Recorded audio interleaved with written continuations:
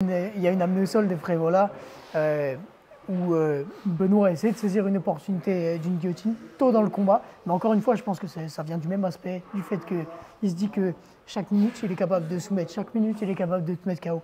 Et du coup, ça fait partie de son jeu.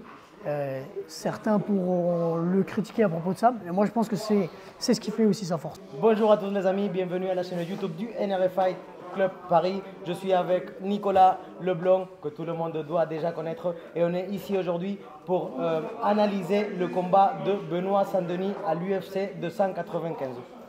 Donc voilà, on va mettre la vidéo depuis le début. C'est un petit highlight qu'on a ici de 2 minutes. Donc on va le voir, Nico.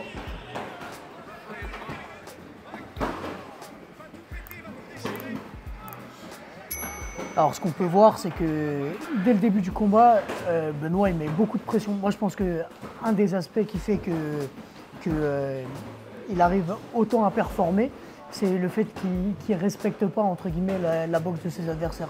Par ça, je veux dire souvent quand on monte en niveau, en expérience, on a tendance à dire voilà, ça va commencer à taper fort. Il a une bonne lutte, il a machin. Et du coup, ça nous fait respecter et avoir beaucoup de temps mort dans le combat. Benoît, il rentre dans le combat, que ce soit un débutant ou un top 15, il va rentrer pareil dans le combat. Et là, on peut le voir quasiment dès le début du combat, il envoie un middle plein pot, toute sa force. Et on voit directement la réaction de Frevola qui prend la jambe et on voit que ça tape. On voit que ça tape et il bouge sur la frappe. Derrière, je crois qu'il va en remettre un assez rapidement. Frevola lui en remet un avant. Et là, il en remet un. Et ça, cette phase, je trouve qu'elle est intéressante. Parce que Frevola le bloque, c'est-à-dire il monte son tibia et il vient coller son tibia à son coude pour bloquer la jambe de Benoît. Et malgré le fait qu'il bloque, alors on pourra dire son blocage il n'est pas parfait, etc., mais c'est sans protège tibia. Et sa jambe, elle va arriver fort à tel point que ça le déséquilibre. Il le déstabilise de et ça le déséquilibre, on peut revoir la phase. On voit vraiment le déséquilibre, le premier middle. Frevola lui en renvoie un. Il contre tout de suite derrière. Ouais, et là il l'envoie pendant le blocage, il arrive à le déséquilibrer. Après, il y a une amenée au sol de Frevola où Benoît essaie de saisir une opportunité d'une guillotine tôt dans le combat. Mais encore une fois, je pense que ça vient du même aspect, du fait qu'il se dit que chaque minute, il est capable de soumettre, chaque minute, il est capable de te mettre KO. Et du coup, ça fait partie de son jeu.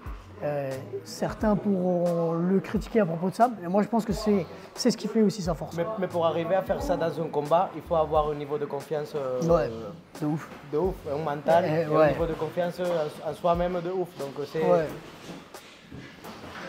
Du coup, on peut voir après, il échoue sur sa guillotine, mais il ne reste pas sur le dos à rien faire, il engage directement et il rentre une de ses jambes en crochet papillon et ça lui permet de sweeper. Frevola a une super réaction et il ne reste pas du tout les épaules au sol, on le voit ponter, donc monter le bassin et revenir directement à 4 pattes, ce qui va lui permettre de réattaquer derrière. Frevola le ramène au sol, mais pareil, de la même manière, Benoît il met beaucoup de volume, il tente directement un scramble, il va repousser son adversaire. Il y a plusieurs aspects qui font qu'il arrive à se relever. Déjà, je pense qu'il a une bonne mobilité de jambes et ça va l'aider dans la manière dont il se relève. C'est-à-dire que ses deux jambes vont du même côté et ça va l'aider à faire ce qu'on appelle un muscle-up, donc une remontée en lutte. Et du coup, il attaque et pour éviter la guillotine à son tour, il met la tête du bon côté. C'est-à-dire qu'il va mettre du côté opposé où son adversaire cherche à prendre la guillotine, il va changer la tête de côté et prendre légèrement un angle. Après, on va arriver bientôt à la phase du finish. On arrive sur une phase de clinch, donc de corps à corps, où il y a quand même des aspects intéressants, c'est-à-dire que Benoît il cherche à rentrer assez rapidement ses mains. On peut le voir sur la phase d'avant, ses mains elles sont vite à l'intérieur. Et ça va donner un avantage à Benoît d'avoir les mains à l'intérieur par rapport à son adversaire. Celui qui a les mains à hauteur des biceps, à l'intérieur des bras de son partenaire, a un avantage. Certes pour la partie box taille, on pourrait dire le partie clinch taille, mais aussi pour les sorties de clinch pour gagner en points.